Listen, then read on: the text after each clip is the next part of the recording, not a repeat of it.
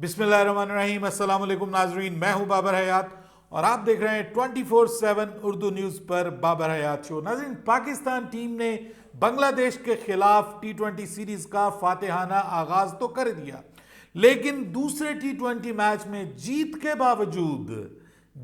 के बावजूद पाकिस्तान टीम में तब्दीलियों की बात हो रही है। और ये बात कोई और नहीं, ये बात पाकिस्तान क्रिकेट के वो हल्के कर रहे हैं कि जिन्होंने पहले मैच में जीतने के बावजूद पाकिस्तान टीम की सिलेक्शन पर सवालात उठाए थे। कौन सी तब्दीलियां दूसरे टी20 मैच में मांगी जा रही हैं, कही जा रही हैं कि ये तब्दीलियां होनी चाहिए पाकिस्तान के स्क्वाड, पाकिस्तान की प्लेइंग 11 में, भले पाकिस्तान ने पहला मैच जीत लिया है। इस हवाले से जो लोगों का मानना है वो क्या है, क्रिकेट के जो एनालिस्ट हैं वो क्या कह रहे हैं, जो एक्स प्लेयर्स हैं वो क्या कह रहे हैं, जो आप हैं वो क्या चाहते हैं, लेकिन पाकिस्तान टीम मैनेजमेंट क्या सोच रही है, क्या वो भी वही सोच रही है जो मैं और आप सोच रहे हैं? इस हवाले से बात करेंगे आज के इस प्रोग्राम में। और फिर बात करेंगे कि जनाब पाकिस्तान को अब क्वालिफाई करना है टी20 फॉर्मेट में होने वाले ओलंपिक्स 2028 के लिए, जो लॉस एंजलिस में खेली जाएंगी। उसमें कितनी टीमें जाएंगी और पाकिस्तान इस वक्त किस नंबर पे है और पाकिस्तान को उस नंबर पर आने के लिए क्या क्या करना पड़ेगा, इस हवाले से भी बात करेंगे। लेकिन आगे बढ़ने से पहले आपसे गुजारिश कि अगर आप हमारे नए व्यूअर हैं तो प्लीज़ हमारे इस चैनल को जल्दी से कर लीजिएगा सब्सक्राइब और बेल आइकन को पुश करना मत भूलिएगा। मुझे फॉलो कीजिए इंस्टाग्राम पे @बाबर हयात शो और हमारे पेज को फेसबुक पे लाइक कर लीजिएगा। तो जनाब, ओलंपिक्स जो है उसका मेला सजेगा 2028 में और होगी ये लॉस एंजलिस में, अमेरिका में। और वहाँ पर अभी से पाकिस्तान के जो नए हेड कोच हैं उन्होंने ये बात कर दी है कि जनाब हमारा सबसे जो इम्पोर्टेंट काम है वो पाकिस्तान टीम की रैंकिंग को बेहतर बनाना है। यानी सिर्फ 2026 का वर्ल्ड कप, टी20 वर्ल्ड कप ही पाकिस्तान की टी20 टीम मैनेजमेंट के मद्देनजर नहीं है, बल्कि 2028 के ओलंपिक्स में पाकिस्तान की बेहतर रैंकिंग की वजह से पाकिस्तान का क्वालिफाई करवाना भी माइक हैसन के जहन में है, पाकिस्तान की वाइट बॉल टीम के जहन में है। इसका मतलब यह है कि पाकिस्तान को जीतना है और जीतने के अलावा पाकिस्तान को मॉडर्न स्टाइल क्रिकेट भी खेलनी है, पाकिस्तान को यंगस्टर्स को भी मौका देना है। तो ये सब चीज़ें एक साथ पाकिस्तान को करनी है और बड़ा प्रेशर है अब पाकिस्तान के ऊपर, क्योंकि मौजूदा जो पाकिस्तान की रैंकिंग है वो 8वें नंबर पे है। यानी हम से बाद में समझ लें कि सिर्फ बांग्लादेश पड़ा है, बाकी आप देख लें कि बाकी जितनी भी टीमें हैं, इवन वेस्ट इंडीज़ की टीम भी टी20 में हमसे बेहतर है। पिछले 1-2 सालों में जो हमने टी20 क्रिकेट के साथ किया है और जिस तरह की टी20 क्रिकेट हम खेले हैं, इंक्लूडिंग 2024 के वर्ल्ड कप में जो हमारे साथ हुआ कि हम टॉप 8 में भी हम नहीं पहुंच सके, हम नीचे रह गए, बिल्कुल नीचे रह गए और हमसे दूसरी टीमें जो हैं वो बाजी ले गई। तो अब ये जो मामला है कि अब पाकिस्तान को करना क्या है, देखिए पाकिस्तान को एक ही काम करना है और वो है जीतना। बांग्लादेश के खिलाफ पाकिस्तान की टीम जो है वो पाकिस्तान अपनी टीम में तब्दीलियां करके जहां पे यंगस्टर्स को आजमाने की कोशिश कर रहा है, वहां पे तजुर्बा भी साथ में मौजूद है और स्टार्ट भी अच्छा मिल गया। पाकिस्तान का जो पहला काम है वो बांग्लादेश के खिलाफ इस सीरीज को 3-0 से जीतना है, यानी पाकिस्तान को क्लीन स्वीप करना है बांग्लादेश के खिलाफ। उसके बाद जुलाई में फिर पाकिस्तान को क्रिकेट की वापसी होने जा रही है। जून के अंदर फिर कोई क्रिकेट नहीं होगी क्योंकि जून में गर्मी बहुत ज़्यादा है और हमारे मुल्क में तो क्रिकेट पॉसिबल ही नहीं है।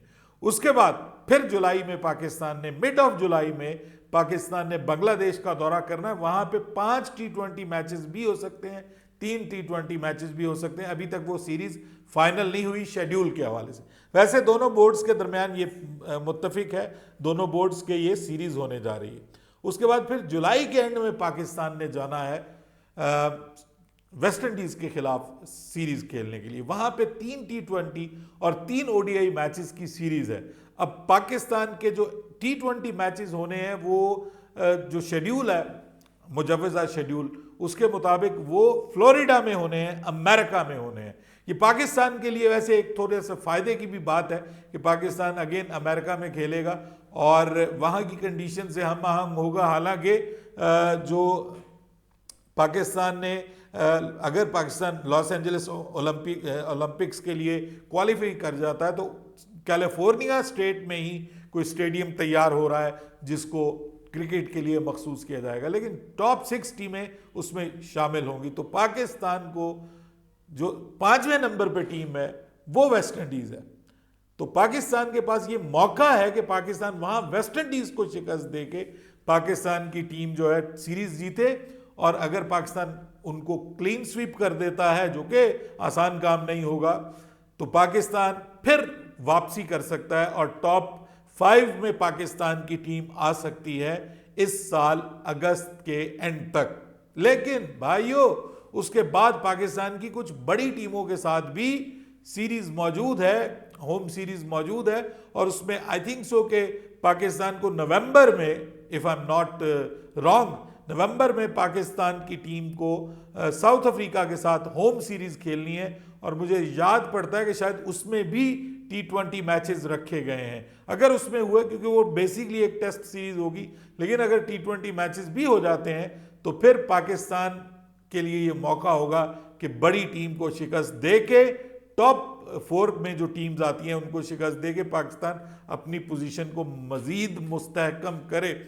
और उससे पहले एशिया कप है, अगर एशिया कप होता है और उसमें पाकिस्तान टीमों को हराता है, श्रीलंका जैसी टीमों को, तो फिर उसमें भी पाकिस्तान को, इंडिया अगर आती है तो अगर इंडिया को भी पाकिस्तान शिकस्त दे देता है तो फिर पाकिस्तान के चांसेस हैं कि पाकिस्तान फिर टॉप 4 में आ जाएगा। तो ये पाकिस्तान का मरहला है, और उम्मीद यही जाहिर की जा रही है कि 2026 के इख्तिताम तक का कोई डेट आईसीसी रखेगी और उसमें ही ये मामला फाइनल होगा, और वो बता देंगे कि इस डेट तक पाकिस्तान को ही नहीं, दुनिया की सारी टीमों को अपनी रैंकिंग ऐसी करनी है कि आप टॉप 5 में आ जाए, क्योंकि मुमकिन है कि अमेरिका की टीम भी उसमें हो, और वो क्योंकि वो है होस्ट है तो उनकी टीम वैसे ही पहुंच जाएगी, तो वैसे भी 6 टीम्स पहुंचनी है, तो ये एक और मसला बन जाएगा कि एक टीम ऑटोमेटिकली क्वालिफाई कर गई तो फिर वो टॉप 6 भी नहीं रह जाएंगी, वो टॉप 5 टीम्स रह जाएंगी। तो मुश्किल बड़ा इम्तिहान है जी माइक हैसन का, सीधी सी मैं आपको बात बताऊं। लेकिन एक अच्छी बात है कि पहले मैच में जो हमने जिस तरह की क्रिकेट खेली है, मैं अभी भी मानता हूं कि उसमें मजीद बेहतरी हो सकती थी। मैं अभी भी मानता हूं कि अगर इंडिया का मैच बांग्लादेश के खिलाफ इसी तरह की कंडीशंस में होता, इसी तरह की पिच के ऊपर होता, तो इंडिया 201 ना मारता। ये मेरा गुमान है, ये गलत भी हो सकता है, लेकिन जिस तरह की क्रिकेट इस वक्त इंडिया में आईपीएल में उनके जो यंगस्टर्स खेल रहे हैं, और जैसे वो साउथ अफ्रीका में भी जाके खेले थे, तो मुझे ऐसा लगता है कि इंडिया 250 तो कर जाता। लेकिन हम कम से कम उस रास्ते पे चल पड़े हैं, और उसमें अब हमें अपनी जो टीम है उसको फाइन ट्यून करना है। देखिए पहला T20 मैच हम जीत गए हैं, ये बात ठीक है, और नॉर्मली ऐसा होता है कि जो क्रिकेट के होते हैं ना बड़े, जो टीम मैनेजमेंट होती है, वो नॉर्मली विनिंग कॉम्बिनेशन को नहीं छोड़ती, नहीं छेड़ती उस वक्त तक कि जब तक सीरीज उनके नाम ना हो जाए। मैंने ये कल भी बात की थी मैच के बाद की वीडियो में कि भाई पाकिस्तान मुमकिन है कि अब वही प्लान रख रहा हो कि पहले हम 2 मैचेस की सीरीज जीत जाएं, ये ना हो कि थोड़ा उसके ऊपर प्रेशर भी होगा माइक हैसन के ऊपर कि भाई मैं अभी अभी आया हूं, तो ये ना हो कि होम सीरीज हम हार जाएं, और ये बहुत बड़ा प्रेशर हो जाएगा पाकिस्तान के ऊपर, और टीम मैनेजमेंट भी बहुत ज्यादा क्रिटिसाइज किया जाएगा। लेकिन ये है कि पाकिस्तान को तब्दीलियां तो करनी पड़ेंगी।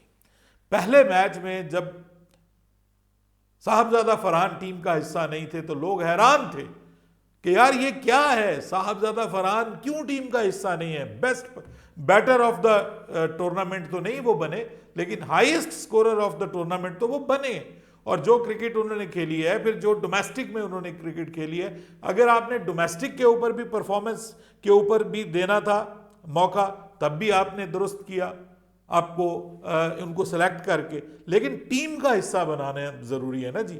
आप उसको स्क्वाड का हिस्सा तो बना लेते हैं, लेकिन अगेन ये बात हो रही है कि उसके साथ नाइंसाफी हो रही है, और सोशल मीडिया पे बड़ी ले दे हुई है इस बात की। और इवन आपके कप्तान आगा सलमान ने यह कहा कि हमारे लिए बहुत मुश्किल है 16 बंदों में से टीम सेलेक्ट करना, क्योंकि सारे लोग पीएसएल में परफॉर्म करके आए हैं। तो अब परफॉर्मर वो है और वो टीम का हिस्सा नहीं है पहले मैच में, इस पे सब लोग हैरान थे। और मोहम्मद हारिस की रिप्लेसमेंट के तौर पे उनको देखा जा रहा है, जबकि मैं समझता हूं कि वो मोहम्मद हारिस की रिप्लेसमेंट नहीं है, वो बेसिकली रिप्लेसमेंट है आपके ओपनर्स की। और पहले मैच में साइम को आप रेस्ट देकर साहबजादा फरहान को खिला सकते थे। अब मुतालबा ये किया जा रहा है और ये उम्मीद तो नहीं है कि ऐसा होने जा रहा है, क्योंकि टीम मैनेजमेंट, मुझे नहीं लगता कि पाकिस्तान की ये टीम मैनेजमेंट जो है कोई तब्दीली करने जा रही। लेकिन दो तब्दीलियां ऐसी हैं कि जो पॉसिबल हैं, अगर आप कर लें तो उसमें कोई मुज़ायका नहीं है। और वो दो तब्दीलियां कौन सी हैं? देखिए, एक तो आप साइम अयूब को इस मैच में रेस्ट दे दीजिए और उनकी जगह साहबजादा फरहान को ओपनिंग करवाइए फखर जमान के साथ। ये आपकी पहला मैच है, उसमें भी आपके दोनों ओपनर नहीं चले, ठीक है, पहले ही आउट हो गए बगैर स्कोरर को तकलीफ दिए हुए आपके साइम। तो साइम को आप रेस्ट दे सकते हैं, इसमें कोई मुजायका नहीं है। ये सोचे बगैर कि साइम जो है वो जरूर आपकी प्लेइंग 11 का हिस्सा बनता है, लेकिन आप एक टैक्टिकल मूव के तहत उसको रेस्ट दे रहे हैं ताकि वो थोड़ा सा फॉर्म में वापस आ जाए। और जवाब में आप साहबजादा फरहान को टीम का हिस्सा बनाइए। और बॉलिंग में भी आप एक तब्दीली कर सकते हैं, और वो तब्दीली है हारिस रऊफ को आप रेस्ट देके उनकी जगह अब्बास आफरीदी को शामिल कीजिए। ये तब्दीली तो आप जो भी हो आपको कर लेनी चाहिए। बैटिंग में मुमकिन है आप वो तब्दीली ना देखें, लेकिन ये तब्दीली जो है वो मैं होते हुए देख रहा हूं पाकिस्तान की टीम में कि हारिस रऊफ जो है वो कुछ थके हुए नजर आ रहे हैं, उस तरह से वो बॉल नहीं कर पा रहे जिस तरह की टीम को ज़रूरत है। और ऐसा लग रहा है कि उनको अगर रेस्ट दे दिया जाए तो इसमें कोई बुराई नहीं है, कोई प्रॉब्लम नहीं है, उनको रेस्ट दे दिया जाए, क्योंकि वो पूरे का पूरा फाइनल तक आपको पता है उन्होंने खेला है। लेकिन दूसरी जानिब जो अब्बास आफरीदी हैं वो क्योंकि एलिमिनेटर में उनकी टीम आउट हो गई थी तो वो अच्छा रेस्ट करके आए, तो यहाँ पे आप उनको रेस्ट देके अब्बास आफरीदी को टीम का हिस्सा बना सकते हैं। और यूँ पाकिस्तान की प्लेइंग 11 में दो तब्दीलियाँ पॉसिबल हैं, लेकिन क्या ये होती हैं या नहीं होती, इसके लिए हमें इंतज़ार करना पड़ेगा। क्योंकि हसन अली ने जो वापसी की है उसके तो इस वक्त चर्चे हैं पाकिस्तान भर में, 5 विकेटें लेने वाले वो चौथे पाकिस्तान के T20 प्लेयर बने। हालांकि अब उनकी कारकर्दगी और ज़बरदस्त वापसी को लेकर के रोटी गैंग बहुत खुश है, और शादाब और फ़हीम और उसके बाद हसन अली और इवन फ़खर जमान, ये अब बहुत खुश दिखाई दे रहे हैं। इनकी रोटी गैंग एक बार फिर से इकट्ठी हो गई। अब रोटी गैंग का इकट्ठे होने का मकसद असल में ये होना चाहिए कि पाकिस्तान को भी कुछ खाने पीने को मिले, सिर्फ लर्न ही ना हम करते रहें बल्कि जीत भी हमें मिलनी चाहिए। उम्मीद है कि नए कप्तान, नए कोच के आने से अब जो लर्न करने का हमारा सिलसिला था मोहम्मद रिजवान की कप्तानी में, वो मुस्तकिल तौर पर टूटा रहेगा और पाकिस्तान जीत की रास्ते पे गामजन होगा। यही पाकिस्तान को करना है, और हसन अली इसमें इम्पॉर्टेंट रोल प्ले करेंगे पाकिस्तान की मूविंग फॉरवर्ड जीत के सिलसिले में। और पाकिस्तान को एक विनिंग स्ट्रीक बनानी पड़ेगी, तभी पाकिस्तान फिर क्वालिफाई कर पाएगा लॉस एंजलिस ओलंपिक्स में भी। अपनी राय दीजिएगा कमेंट सेक्शन में। बाबर हयात को इजाज़त दीजिएगा। अल्लाह हाफिज़।